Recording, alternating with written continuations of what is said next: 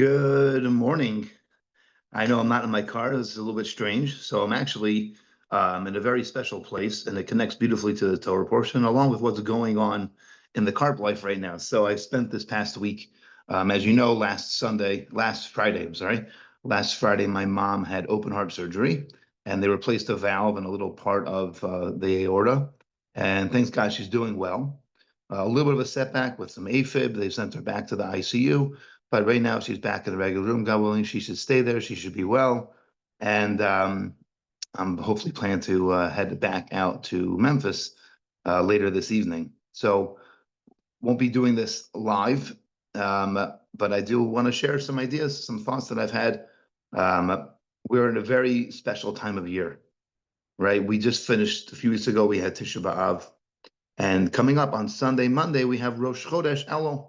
We're going to begin the new month of Ellul, which we know is the preparatory month, really the preparation month as we head into the high holidays. And we know the idea that the language of Ellul, the word Ellul, which is the Hebrew word for this month, stands for, or is alluded to in the Torah. It says, "Ani ledodi v'dodi li." I am to my beloved, and my beloved is to me. 2 weeks ago, Torah portion, we had the beginning of the Shema, the love that we have for God. Last week we had the second paragraph of the Shema, which talks about the part of the relationship with God where we do the mitzvos and then God reciprocates. We do the mitzvos, we follow the Torah, we get involved actively with our Judaism, and then there's a reciprocation. God says, "You do your part, I'll do my part," and they're dependent on each other, but they're also not dependent on each other. So it's really been so special for me. Obviously, I wish my mom was not in the hospital, but I know she's in great hands. She's in Johns Hopkins Hospital in Maryland.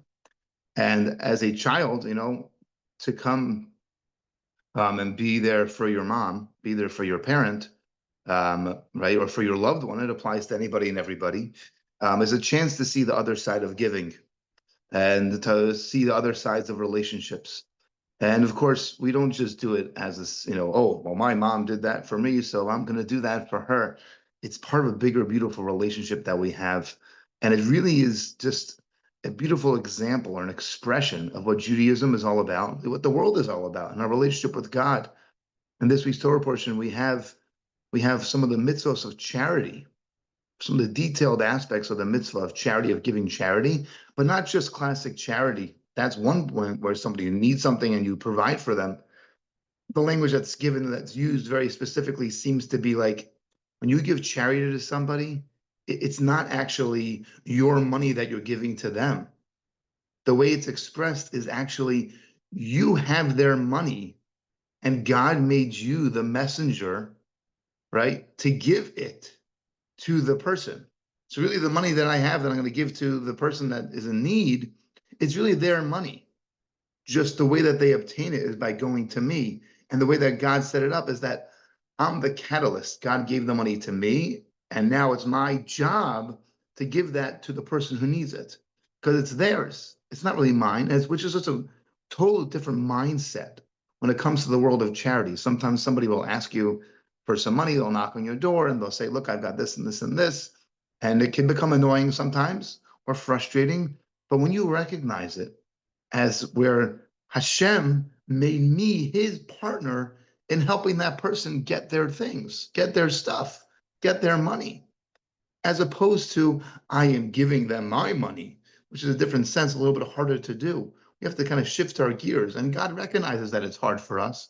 And therefore, the verses talk about how we hope that we can open our hands and open our heart, right? Loosen up our heart, because it's not an easy thing to do. But part of the mindset that we could shift into would be to recognize that who are we? Whose money is that? Really, we made that money, or we were given that talent so that we can share it with the person who really needs it, whose it really is, which is a very unique way to look at things. Another piece of the giving in the Torah portion is the idea of maaser, of tithing. So besides our classic tithing, which we try to do as part of our routine, where you take 10% off the top. Once you take care of your own personal needs, then 10% should go to charity. That's how it's expressed nowadays. But in the times of the temple and agricultural world, A farmer would go ahead and he would have different things different gifts that he would give. When he grew his field, he would go ahead and they would take off a certain amount, they give it to the Kohen, a certain amount, they give it to the Levi. And then there was another kind where there was a certain amount that was given to every few years, it was given to the poor person, called Maaser Ani, the tithing of the poor. There's another called Maaser Sheni, which is one that builds the relationship that we have and is so important and helps us to do the rest of the mitzvahs, helps us to do the rest of the beautiful things of Judaism and the beautiful things of making the world have a wonderful flow to it, and kind of the system that God put into place so that the world continues and connects properly. This kind of tithing is called Maaser Sheni, where the person takes off a certain amount of their produce, and they actually are supposed to bring it up to Jerusalem and eat it in Jerusalem. If it's a type of fruit that won't survive the journey, you put it onto money, you redeem it onto money, and then you bring the money up and spend the money. It's like the original tourism. You bring the money up to Jerusalem and buy things in the marketplace there and eat it inside the walls of Jerusalem. So what's so important to go to Jerusalem? As we know, we love going there. It's beautiful. It's amazing. It's such a fantastic place to be. One of my favorite places in the world. If not my favorite place in the world. The concept is when we go to Yerushalayim, we get a chance to see the temple up on the mountaintop, and we get a chance to spend time with people that are living in Jerusalem. People living in Jerusalem live in a higher plane, both physically and spiritually, because they have a constant awareness. The temple's right there, God's right there. People are coming in to visit the temple. It's just the whole feel of the town, the whole feel of the city is one of Yiras Hashem. Yerushalayim is connected to the concept of yira, of fear, but not fear, of really an awesomeness, of reverence, and shalom, of becoming Yerushalayim, a concept of being shalom, of being complete, right? This is this concept. It's a city that is totally revolves around growth and connection with Hashem. And this is really one of the major themes of the Torah portion. It's something that we need to think about now. We always can think about this, but this time of year is uniquely special. Hashem is making himself closer to us. Usually what has to happen is that we have to take the first step, and God will meet us. What happened over here is God's taken the first step towards us.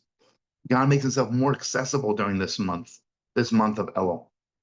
It's a time for introspection. It's a time for connection. It's a time for special prayers.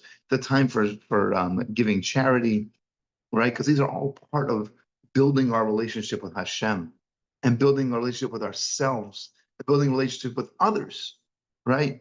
And that's really what this month is all about. Yes, we have to get serious and start to think about the day of judgment, which is coming on Rosh Hashanah and Yom Kippur. But how do we prepare for that properly? Is when we can put it all into the appropriate perspective. We can recognize what life is really about. We can recognize about the beautiful relationships that we have. And this month is all about that.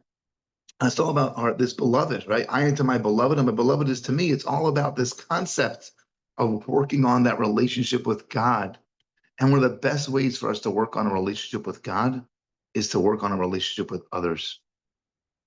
That's one of the best ways to connect with God, because sometimes relationship with God, it does seem hard to connect with because God's out there. I can't see him. I can't hug him. I can't kiss him, right? I can't get that wonderful squeeze that we want, or that feel of a handshake or a kiss.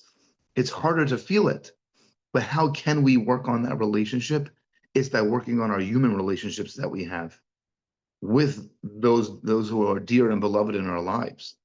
So for me, this opportunity to be in Baltimore, spend time with my parents and spend time with my mother in the hospital, and to make her breakfast and to fix her blanket and those kinds of things is so special. And whatever relationship that it is that you have in your life, whether it's a spouse, whether it's a sibling, whether it's a friend that you care about dearly, think about that relationship and then see the ways that you can apply it to your relationship with Hashem, with your relationship with the Torah, with your relationship with your Judaism. That's what this month is all about. This Torah portion is specifically here to share with us this concept of giving and taking, because we know, we've shared many times, that the word in Judaism for love is ahava. the root of the word ahava is hav, is give, right? Because when we give, that's one of the ways that we build a relationship and build love and build connection and build greatness. So my blessing to you and to all of us, everyone should feel good. You should know nothing about heart conditions and heart replacements.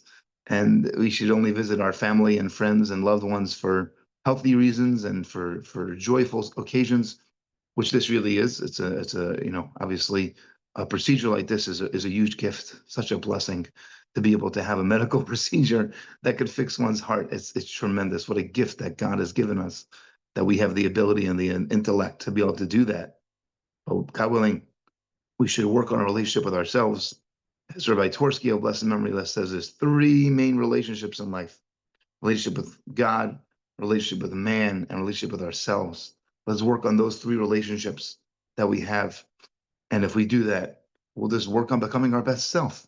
We could put our best foot forward and we could work on that beautiful relationship with God that we have.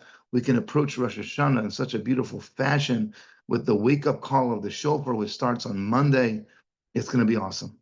To have a tremendous Shabbos, a beautiful Shabbos. Everyone should be well. Everyone should be gesund, as we say, and look forward to being in touch. Let's keep on doing special mitzvos and prayers for my mom and for anyone else that's sick, that's out there, that needs our prayers and our mitzvos. And let's keep doing amazing things. Have a beautiful Shabbos, and thank you so much for listening.